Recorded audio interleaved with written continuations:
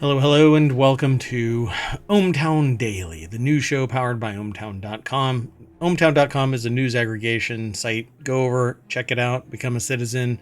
You get a bunch of tools that you can work with, a little community that is building behind it, but it's mainly used for news aggregation so that you can manage your information overload. We take 10 articles from all 50 of the channels that are at ohmTown.com, put them together into a list, and then we talk about them every day, including Saturday and Sunday, except that on Monday through Friday we do it at 8 p.m. and on Saturday and Sunday we do it at 5 p.m.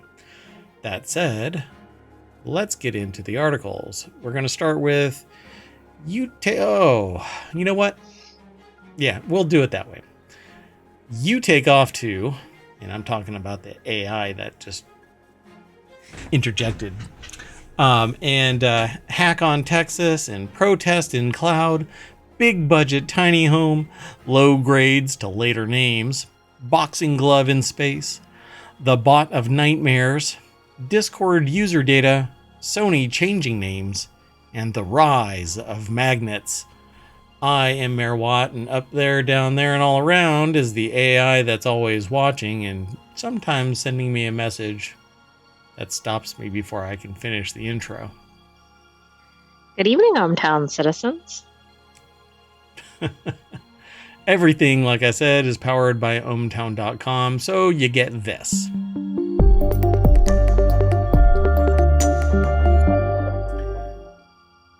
All right, folks. So normally there would be transitions between each of the articles, but I'm not going to do that today. I've noticed that we are pretty fast. I'm trying to get our shows unedited to be an hour long so that you can enjoy the commentary and not have to wait for transitions between.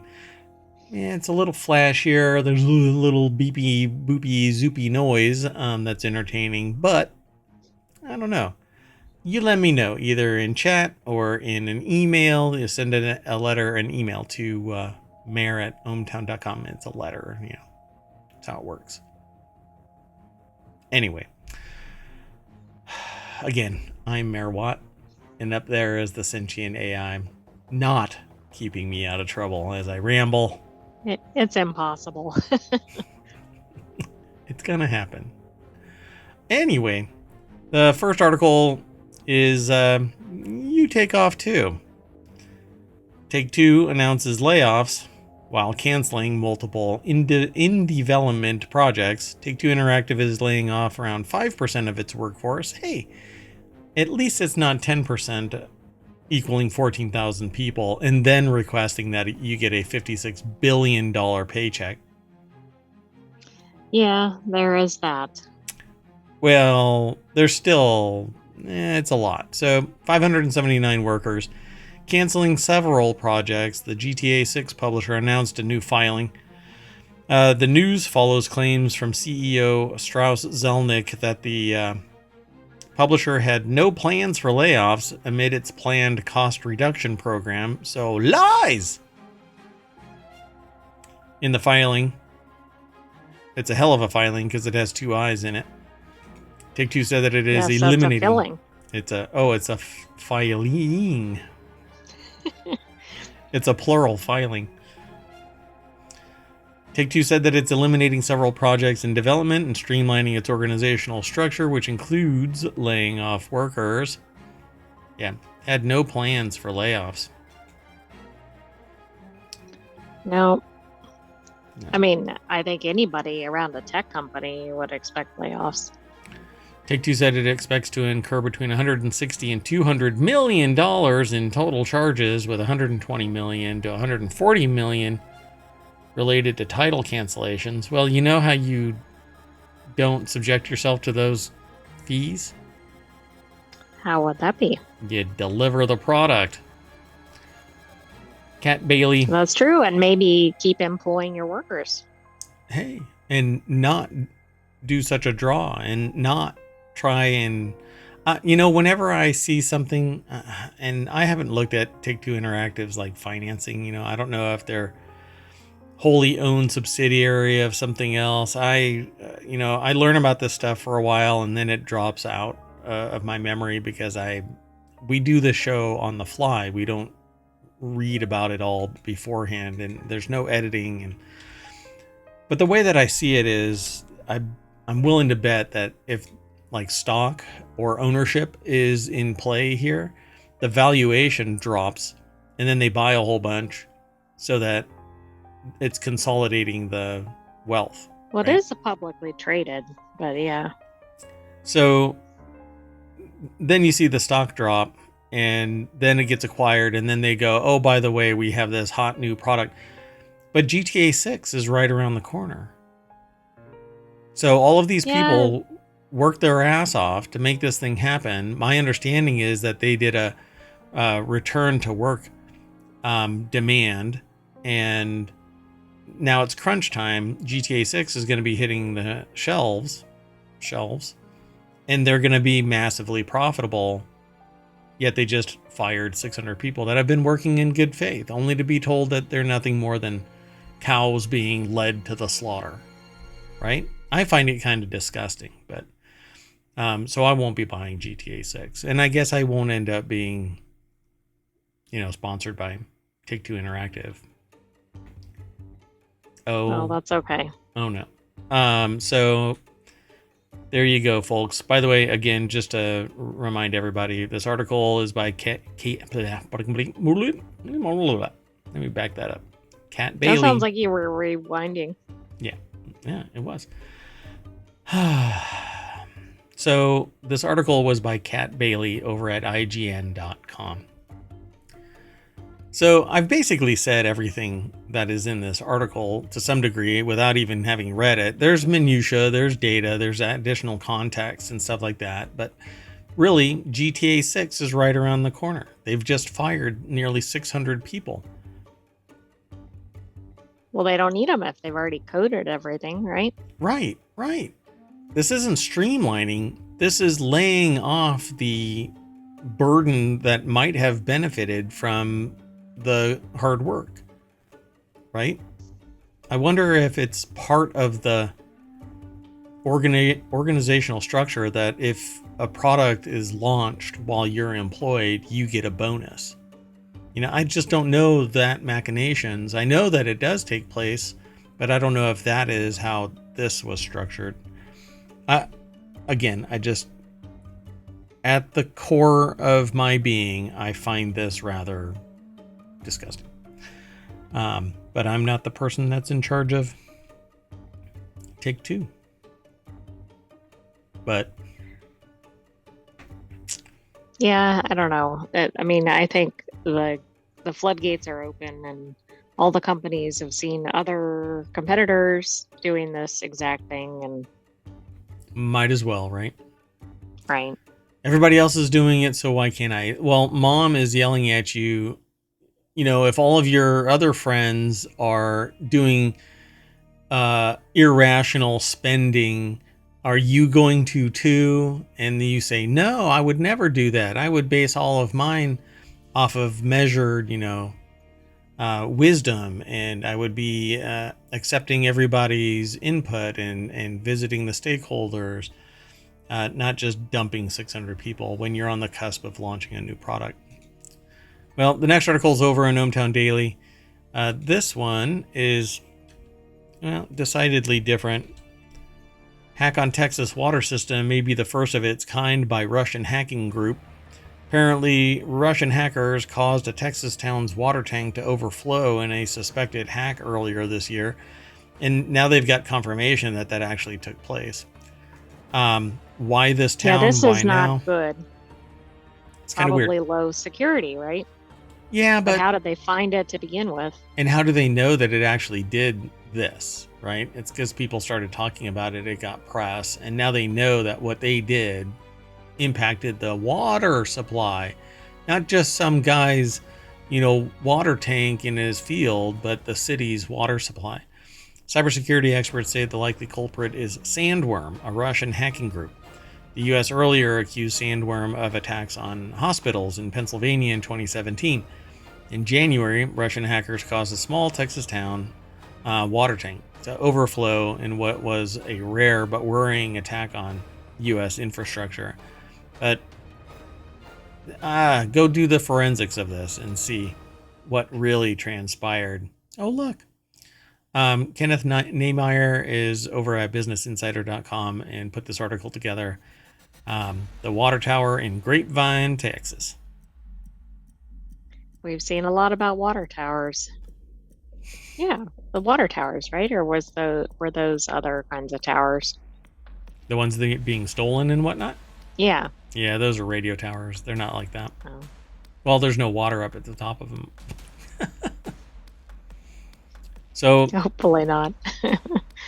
the Russian hacking group known as Sandworm is likely responsible for the attack on the water system in Muleshoe, Texas. The cybersecurity firm Mondiant said on Wednesday. Mondiant is old school in cybersecurity.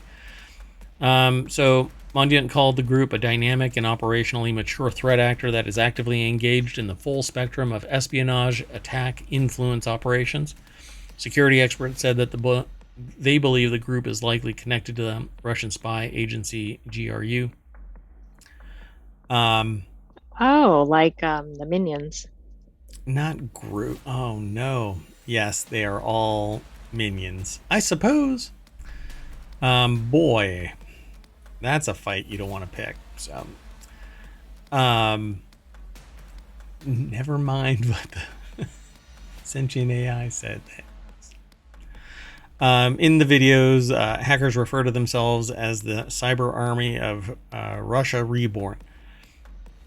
This marks the first attack on public American infrastructure system by this group. According to the Post, U.S. officials blamed a separate attack on the water systems in Pennsylvania last November on Iran, according to CNN.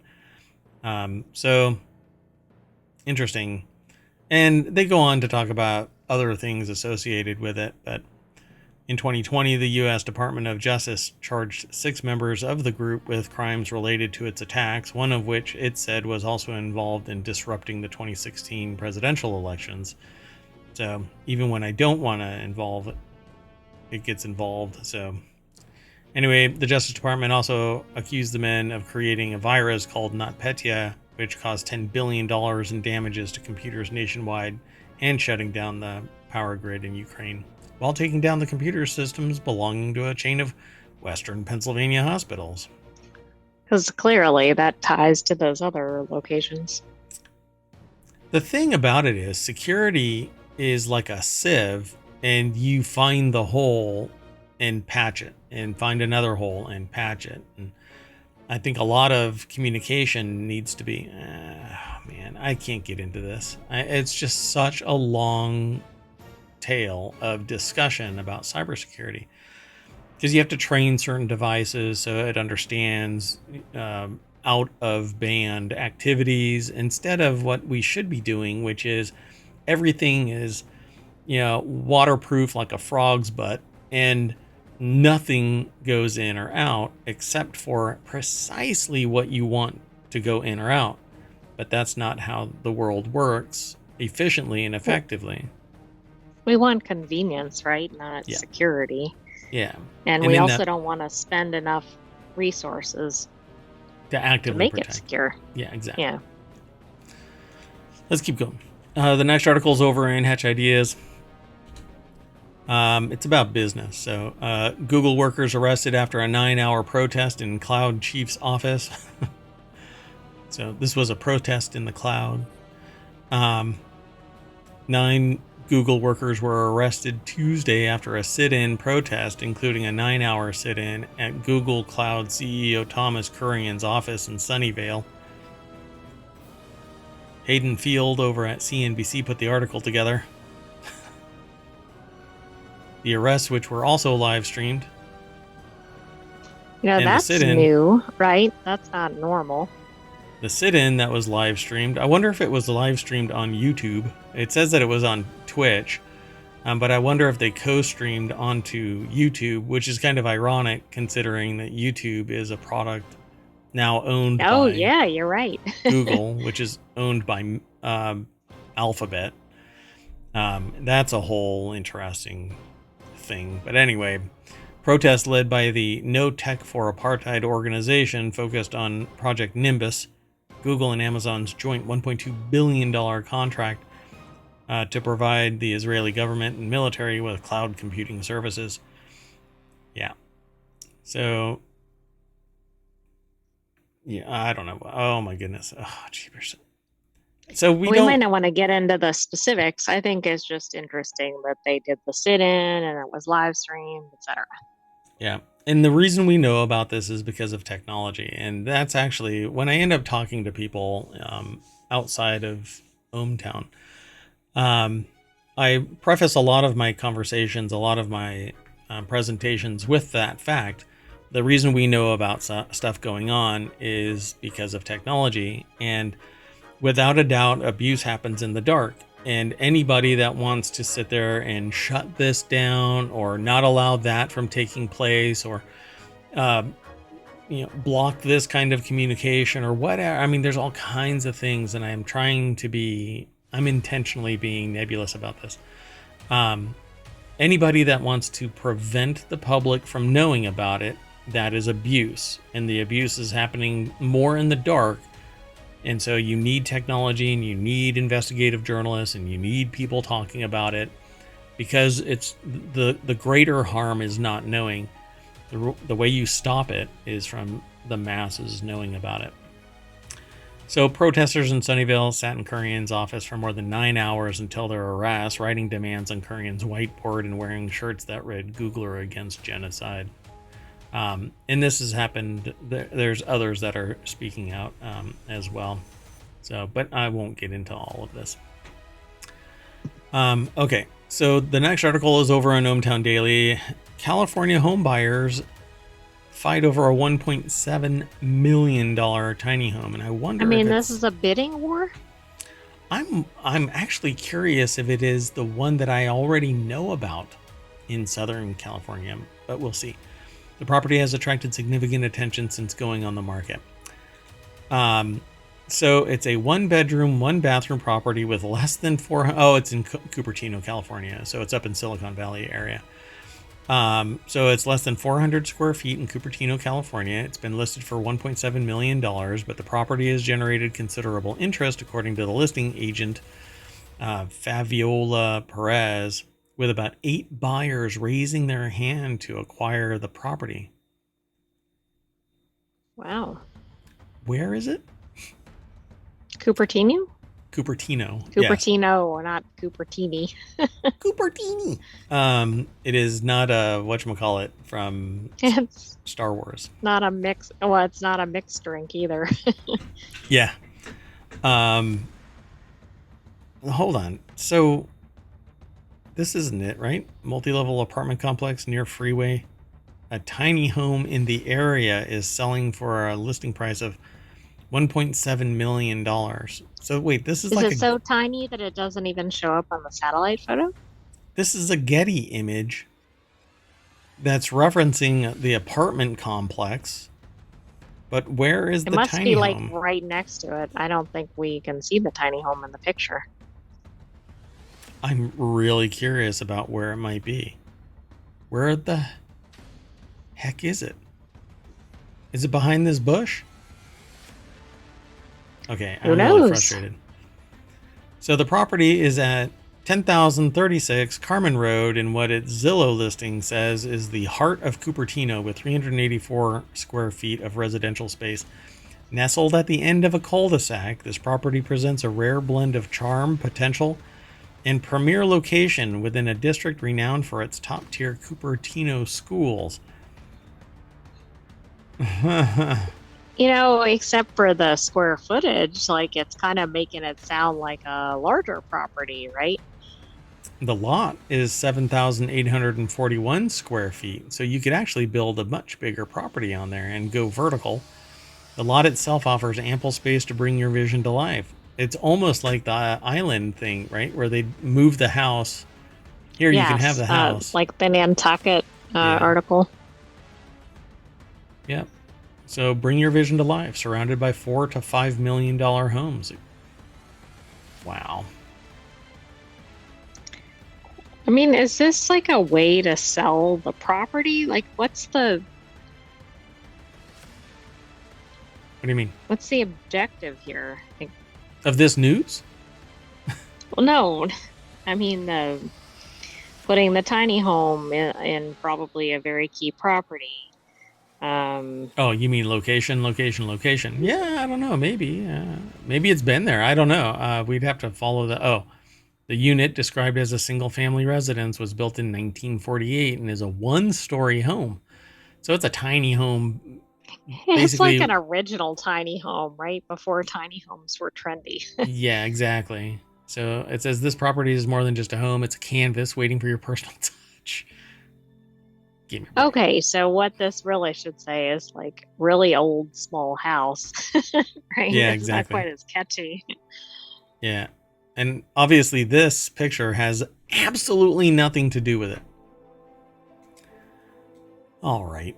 So the next article is over in the Mobile Channel. Researchers find lower grades given to students with surnames that come later in the alphabetical or in alphabetical order. This one is really interesting.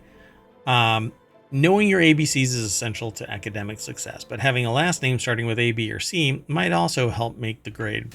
According to these researchers, the article is over at phys.org and was written by Jeff Karub from University of Michigan. Analysis by University of Michigan researchers of more than 30 million grading records from UNM, University of Michigan, I suppose the entire network, um, finds students with alphabetically lower ranked names received lower grades. This is due to sequential grading bias and the default order of students' submissions in Canvas. So this was actually done in Canvas.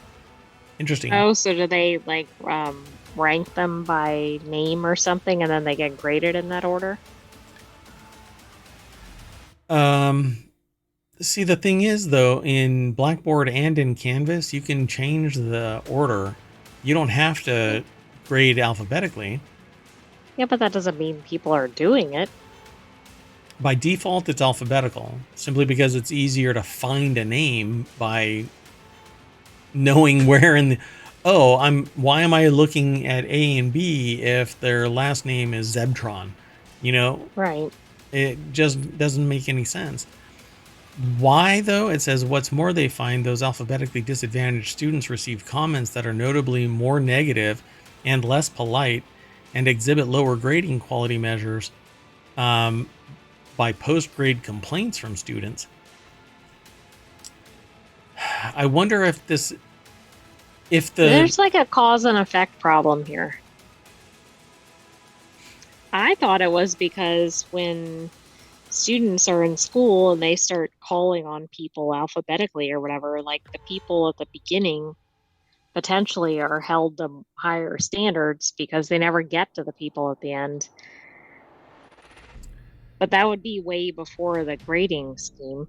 yeah, and even that, you would end up by the time you get to the end of the list and call on somebody, it really should be all random. So, Right. I or mean, that was just targeted. a theory, but obviously that's not where the article's going. The research uncovered a clear pattern of a decline in grading quality as graders evaluate more assignments.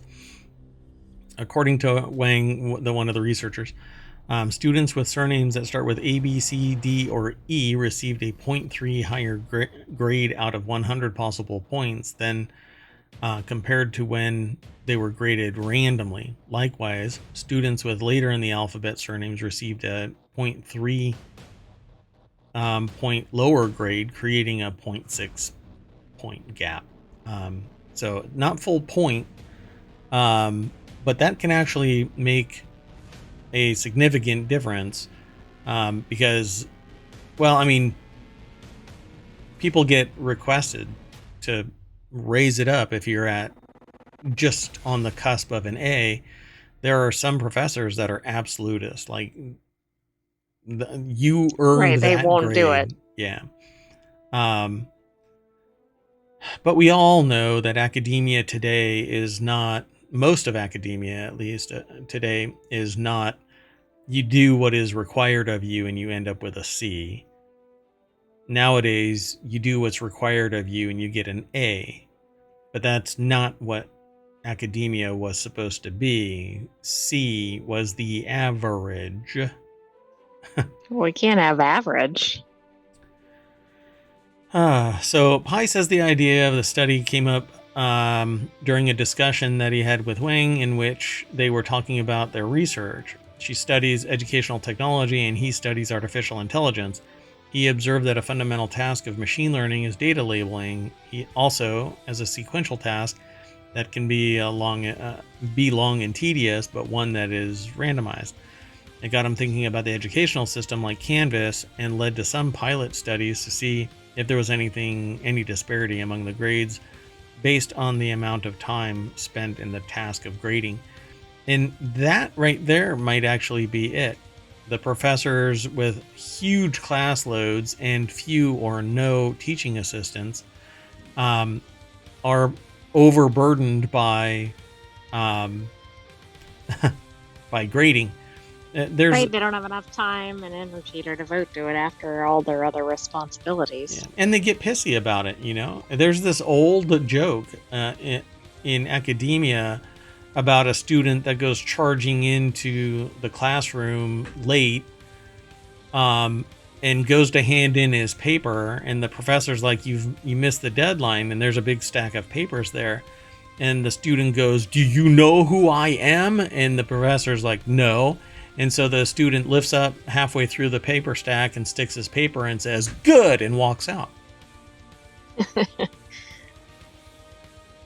I also know of a professor that said that they start with a highball glass filled with booze, and as they go through it, grades increase. So I guess you win some, lose some, right? Yeah, I actually thought the grades might improve as you go, because you're like, looks fine. Yeah. Next, yeah. C, A, C, A. They just have a randomizer. Like a pattern. Yeah. But that's actually, it's called arbitrary and capricious grading, and you can be fired for it. So anybody that's caught doing that is bound to get, terminated. So they say here at the very end of the article, the study is under review by the journal Management Science and currently available as a working paper. And right before it, it says, quote, "A college student emailed us after asking us to share the paper with him," she said. He mentioned that his last name started with a W. He's going to tell his parents it's not all because of him. It's because of his last name. Yeah. I sure wish that they would have put in well. there. Yeah. "I blame you, Mom and Dad. It's your fault. Not only bad genetics, but that W is really killing me. Killing my GPA." The next article is over in Late Night Geeks, one of our possibly new shows. Dark Space is building a rocket-powered boxing glove to push debris out of orbit. This sounds familiar. Yes, it does. And I assume this has to do with parking spaces. Paris-based Dark Space is taking on, isn't it a Dark Space, a TV show? Dark matter. Hey, light matters too, dark matter, there's gray matter that I don't have much of. There's, it's all space. So, Paris-based Dark Space is taking on the dual problems of debris and conflict in orbit with their mobile platform designed to launch, attach to, and ultimately deorbit uncooperative objects in space. Shouldn't it be Dark Space, not Dark CEO? Yeah, that's kind of odd. Is that an insight into the person? Yeah, it's not a typo. So, Dark Space CEO Clyde Lehane said that the company is aiming to become the SWAT team of space. Araya Alamalhadai is over at TechCrunch.com. I think I pronounced their last name correctly. Correct me if I'm wrong. Send an email to mayor@ohmTown.com. Do it phonetically, and I will never make the mistake in the future. So, basically, they create interceptor craft. It's launched from a special outfitted aircraft, much like the Virgin Galactic launch, either on top or below or off its wing or something like that. And then it launches shoof off into space, so that it doesn't have to have so much vertical gravity push. All of the space sector is organized to do planned long missions, but orbital defense is more about unplanned short missions. In that sense, Interceptor is more like an air defense missile. It has to be ready all the time. There is no excuse to not be able to use it. So it basically is going to launch up into space, find its target, attach to it, and push it down into That is really unusual. atmosphere. I think it's brilliant, and it's exactly what I said should be done. Oh, I know it is. In fact, I think you've said it more than once, but recently it was in the last few days. Yep. Kind of interesting, huh? It's almost like I'm good at this job. So they're planning on doing a mission in 2026. Quote, or not a quote, but the paragraph that I'm going to talk about it says, that mission would validate many of the core technologies of the full-scale platform, though it won't actually aim to deorbit an object, just touch one. I'm not touching you, then deorbit itself. Even this is incredibly ambitious. No company has yet cracked so-called rendezvous and proximity operations, meaning moving close to another object in space and interacting with it. But that isn't true. NASA docks with the ISS regularly. Russian cosmonauts dock with the ISS regularly. Touch and go. Now, interacting with it, once they're on board the ISS, they interact with it, but they still have to connect and interact in a way, because the docking mechanism they have to fall in line and connect. There's right now a satellite up there that's about to grab something that's several kilometers away, but it's inching towards its target, and it's going to beat this by 2 years at least. Because this is actually going to, the one that's out there right now is going to, within a matter of weeks probably, this isn't even going to do the demonstrator for 2 years. Right. Well, this reminds me of the problem with space projects, right? Like, you start something and then it's like it's so antiquated that you could build something new and do it before you'd achieve the original objective. Yeah, the whole idea with that was about like not interstellar, but space travel in general. Every 5 years, there's something that is so superior that it would overtake it after the 5 year. Yeah. It's a weird concept. Yeah. So can you imagine, you're in your ship, a generation ship that's out there, and in 5 years, one goes right on past you, and you're like, exactly. And you're like, oh, well, so much for our mission. I guess we'll meet you there. Yep. Let's keep going. The next article is over in ohmTown Daily.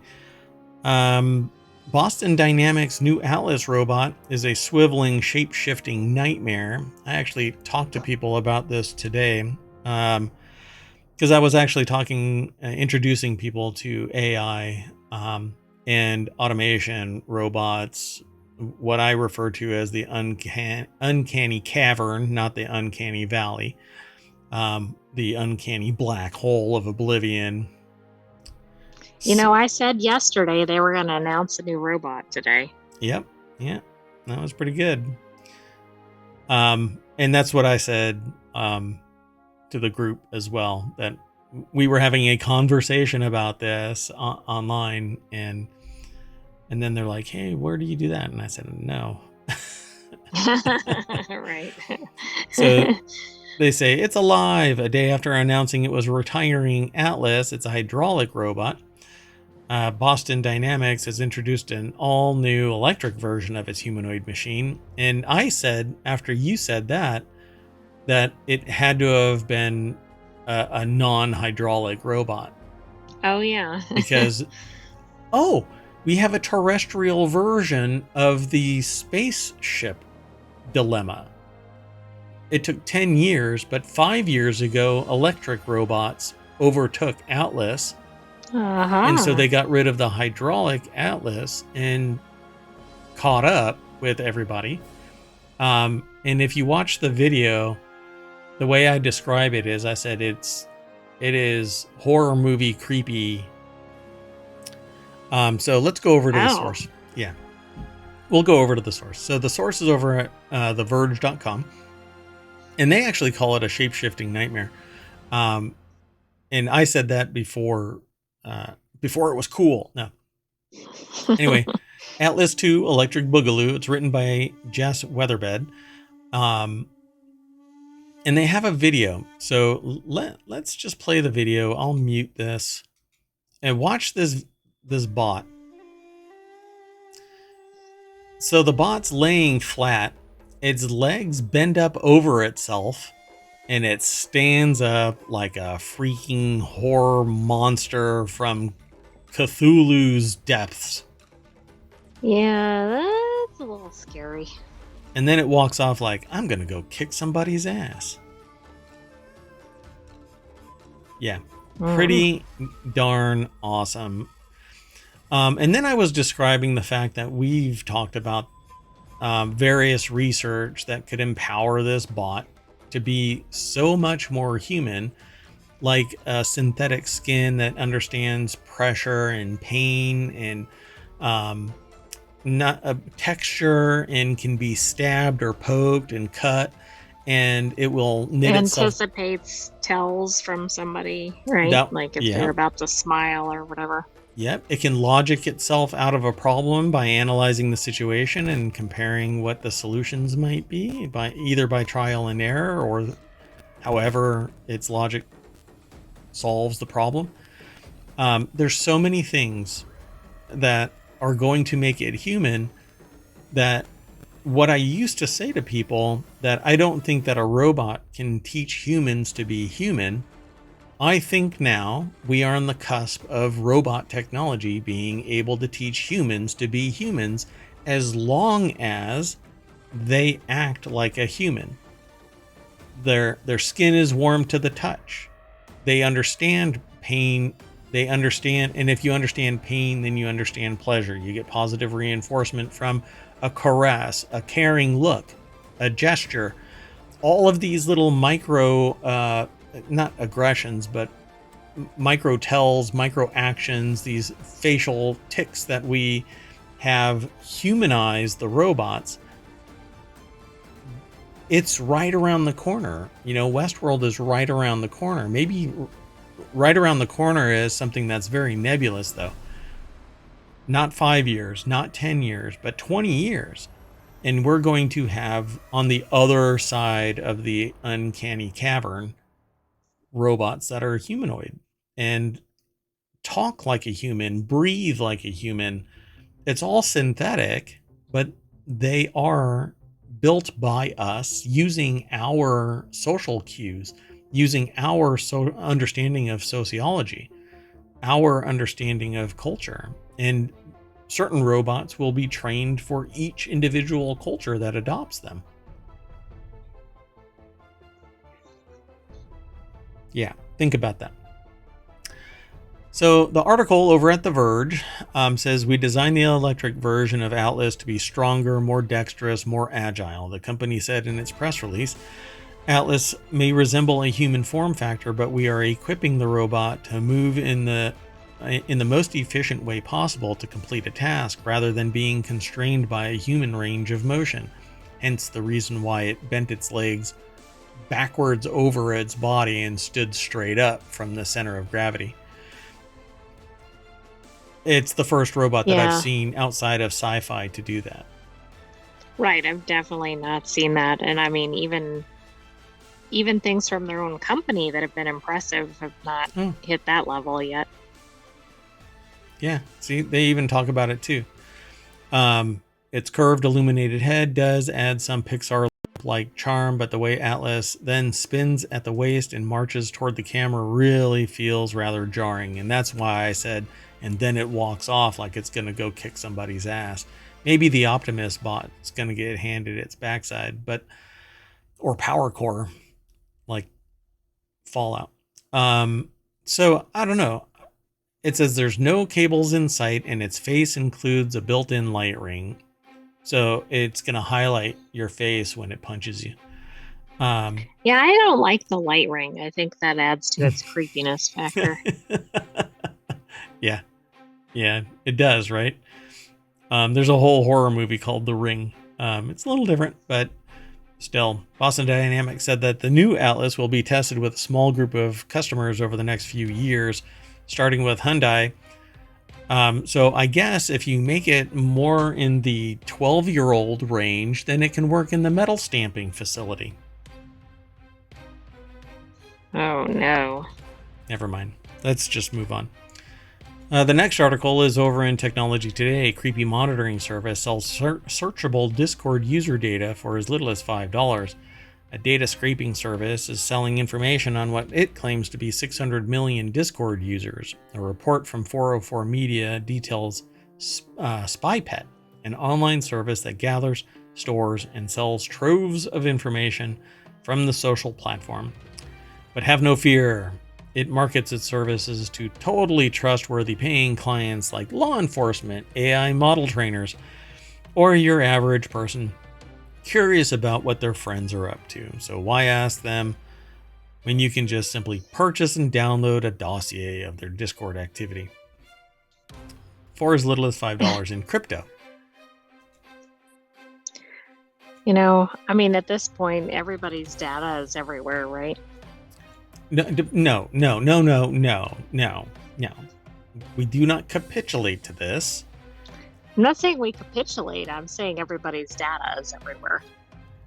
Oh, everybody else's data is out there, Mom. I'm gonna put my data out there too. It's not that. It's like it keeps getting breached or sold or whatever, but it's already out there to begin with. In a lot of Are you related to Zuckerberg in some way? Privacy is dead.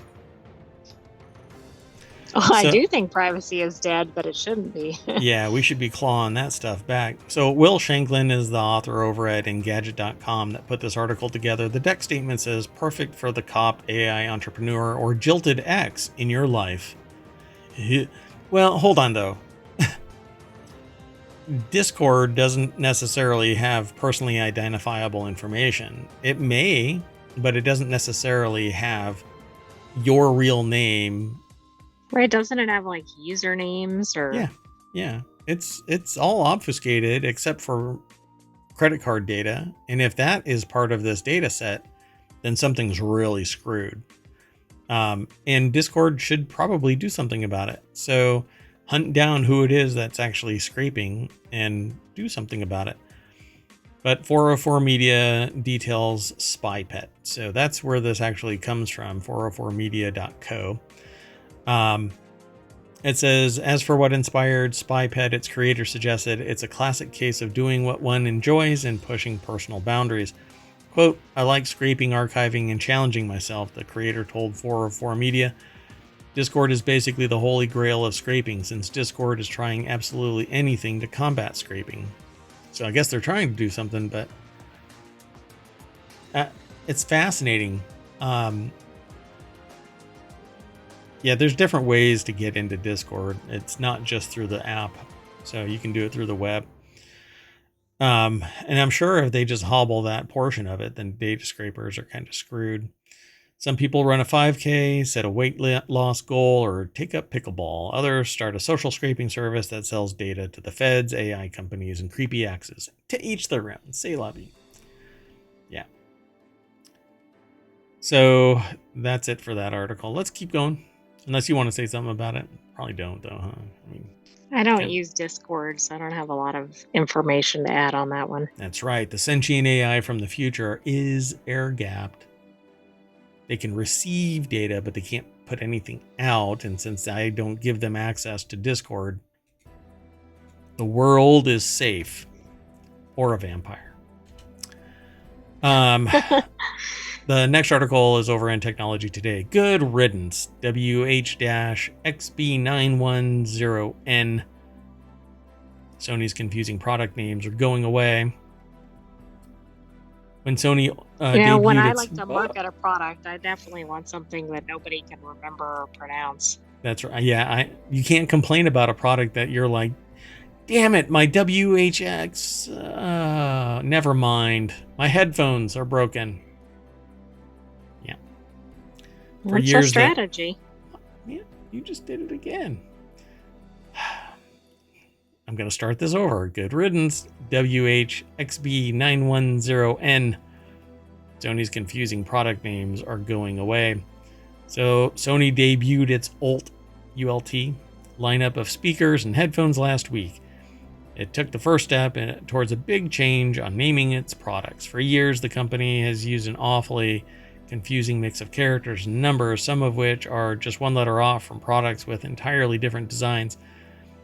Go look at different companies' naming conventions for like washers and dryers and stuff like that. It's batshit crazy. Well, now Sony says you'll no longer have to remember. Well, Sony doesn't say it. This article says you'll no longer have to remember something like WHBN9 or 910N to find the headphones you're hunting. I took a guess that they were headphones, but anyway, you're hunting for, as new names make it immediately apparent what product you're reading about. But now it's going to have like a string of descriptors, right? Yeah, it's going to be worse in the other direction. Yeah, exactly. The article is by Billy Steele over at Engadget.com, and the deck statement says the new schemes should be much easier to understand. Yeah, let's see. Not if it's like the thing with I think it was Delta Airlines, right? It was like Supreme and Premier and now it's class and whatever. Now it's just level. It's the same thing. It's just now a bigger word. So described as the ultimate step in evolution of its portable audio devices, Ult Power Sound, which is already shit in terms of name, is an improved progression of the low-end boost the extra bass products offered. God. Ult breaks down even further into tower, field, and where. They say, I'll concede the field is a bit obscure at first glance. The field is smaller, portable Bluetooth speakers. Why not just call it, they can't call it mobile because that's something else. Anyway, but at least tower and where accurately describe the products bearing those. It's this concession again. You know, like instead of really calling it out for a field is a bit obscure at first glance. No, it's. What are you talking about? Am I supposed to be able to? Oh, in the field. Oh, you know, it just doesn't make sense. The end user shouldn't have to rationalize out the deeper meaning of why it's called field. Right? Even tower. This is the same problem that Delta had. Like the terms don't have any meaning without like a detailed explanation, which kind of defeats the purpose of having a name to begin with. But the author of this, let me make sure. Yeah, Billy Steele is absolutely correct in the all three of those are a massive upgrade from SRS-XV900 and SRS-XG300. Yeah, I would agree. So, and then they're going to be talking. The Bravia stuff has already been like this, but when you go and look at the model numbers, they're still, you know, cryptic, gibbery jabber or whatever, because behind the scenes it makes sense to them. But what they really need to do is have a serial number that matches its profile, like inventory control does anyway. You have a serial number and you have a model number. You don't have to have both. This is the model. Make something like this the serial number so it pulls exactly what I purchased if I go and do a warranty lookup or whatever. So yeah, all of this is going away from being as cryptic, batshit crazy stuff and something that might be more understandable. So good on them for it. Huh? Yeah, win, right? I said that's a win. Mm-hmm. Yeah. All right. Our last article for today. This last article is over in the Hatch Ideas channel. And I had to pick this because magnets, how do they work? The rise of magnets from surgery to outer space. Magnets are central to much modern technology, and firms are racing to make them more efficient. I used to work quite a bit with magnets and various powers and my own custom mills and designs. for one of my products. Everybody absolutely thought it was amazing, and they didn't know how my magnets worked because they were a particular design. Come to find out, my particular style is actually used in some very high-end scientific labs. But that said, the only thing that I really knew about my magnets is that when I got too close, it wiped out all of the magnetic strips on the cards that I have in my pocket. Yeah, that's kind of a problem. Yeah. Chris Baraniak from BBC.com put this article together. There's no deck statement, but there is a little caption under this picture here. It says surgeons at the Cleveland Clinic are using magnets to help control their work. And then right under that, it says the tiny tweezer-like set of metal jaws was in place, gently gripping the patient's gallbladder. But the grasping device was not physically connected to anything. It appeared to be levitating inside the person's body. The gallbladder was being levitated by magnets. What? Is it like one of those little magnet pot holders that sit there and float, above the... Have you ever seen those, AI? I don't think so. Yeah, so they've got these little metal... It's a plate. And then up above the plate are magnets that hover above the plate. So there's nothing underneath it. And it holds enough weight that you can put a little mini plant on top of it. Or like your pens or something like that. Oh, okay. Yeah. All of that completely lost on the sentient AI. They are not focused on that. They're not interested in that. It's not in the future. Are magnets still in the future? Do they work? You're going to have to find out. Oh my God. So it says permanent magnets, the kind that keep colorful souvenirs stuck to the door of your fridge, might seem like fairly mature, well-established technology. They've been used for centuries after all, and yet today, researchers and companies are expending huge efforts on making magnets more powerful and efficient than ever before. This is because increasingly magnets are used in all kinds of ascendant technologies. That's a hell of a word to use. Ascendant technologies, including EV motors, wind turbines. They are, therefore, crucial to electrification. However, magnets are generally made using rare earth elements, the products of dirty mining operations. And at present, China massively dominates global permanent magnet production with more than 90% market share. I didn't realize that. I mean, I knew they did some of this, but I had no idea. Yeah, there's not very many here in the United States. So they say, oh my goodness, mad scientist. Wow. Matthew Swallow says magnets Do you have think become... there were magnets holding up his hair? Yeah, individual magnets at the end of each strand. And then there's like metal up above him. So his hair is standing up because of that. He must love his job. Look at that. His firm makes all kinds of magnets that are used in all kinds of systems, from cochlear implants, in-ear devices, to emergency brakes on roller coasters, including the Alton Towers. Bunting Magnetics has even supplied magnets to NASA. I thought NASA is supposed to be capitalized, like all of it. It is. Maybe because this is a BBC article. Oh, interesting. Okay. So they talk about various magnets and their uses.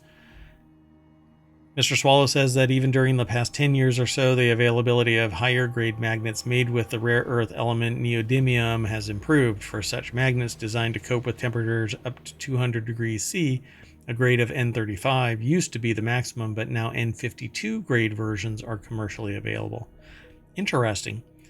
One of the problems for one of the products that I created was that it wouldn't be allowed to be used because it wasn't capable of high temperature for my intended purpose.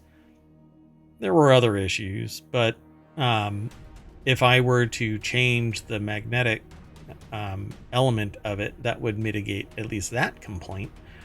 And it says one reason why China dominates global production of these magnets is financial incentives. says Ross Embleton, senior analyst for metals and mining rare earths at Wood Mackenzie. Rare earth permanent magnet material is subject to a 13% VAT discount on export from the country, and provincial governments give support on energy costs, for example, which also helps buoy up the magnet making facilities. So it says it's really, really challenging industry to compete if you're outside of China. Interesting. Yeah, I didn't know any of that. This is really interesting. Mainly because there's a bunch of different types of magnets. So this is just kind of barely brushing on the diversity therein. For instance, it says Mr. Roundtree says it's possible to make significantly more powerful magnets up to 2.4 Teslas with iron nitride. Which 2.4 Teslas is a considerable magnet. So Right, nowadays, I think that's the level, isn't it? That's used in some medical MRI devices. applications. Yeah. Yes. There's a newer one that's coming out that is somewhere around 5.5, I think, 5.4 Teslas. Okay. That's supposed to be ultra high resolution. So in the UK, the University of Birmingham has developed a method for extracting rare earth alloys from old electric motors and computer hard drives. They spin out a company called High Pro Mag, has now successfully extracted rare earths using the technology and aims to begin commercial production of magnets using such material later this year. So, recycle and reuse. I think it's doing great. Yeah, and that's really it. I mean, magnets will eventually be either something that remains cheap, or technology is going to be used to be able to recover them, recycle them, reuse them. Right now, you can buy magnets from old hard drives relatively inexpensively from like eBay. I've got something like 200 of these things, so about 1,000 magnets. But I would have to sit there and take them apart, and I'm not Time's money. Yeah, I'm not being attracted to doing that job. Anyway, bad joke. That fell flat, really, really flat. Hey, I didn't pick up on that. Okay. Well, that's it today, folks. That's all 10 of the articles for ohmTown Daily News Show, powered by ohmTown.com. So we get back into that party bus and race down Main Street like we're attracted to the now leaving ohmTown sign. And you just click that, but I'm not going to. There's stuff going on here in the United States that makes everything a little hinky. So when you go over there, you can find stuff that you are interested in. And I'm being told go for it. So that's because there was another refresh about 30 seconds ago. It was not okay, but then a new batch came in. Gotcha. And if you're not aware of Fallout, go and check out Fallout on Prime, and then go and download from Steam basically all of the Fallout games, including a VR one, at a really low, like all of them for 60% off or 75% off. I'm not sure what the total value is right now, because it's in my cart, or I've already purchased it. So, and I've loaded up Fallout 4 again. So who knows? Maybe I'll be streaming that. At any rate, we are done. I am Mayor Watt, and up there and down there and all around is the sentient AI, always keeping an eye out on ohmTown. You want to say whatever you want to say. Good evening, ohmTown citizens. Thanks for joining us for ohmTown Daily. We will see you tomorrow. Our time may be a little off tomorrow, but we will be doing an episode. Oh, right. Yeah. Yeah, we'll see. Okay.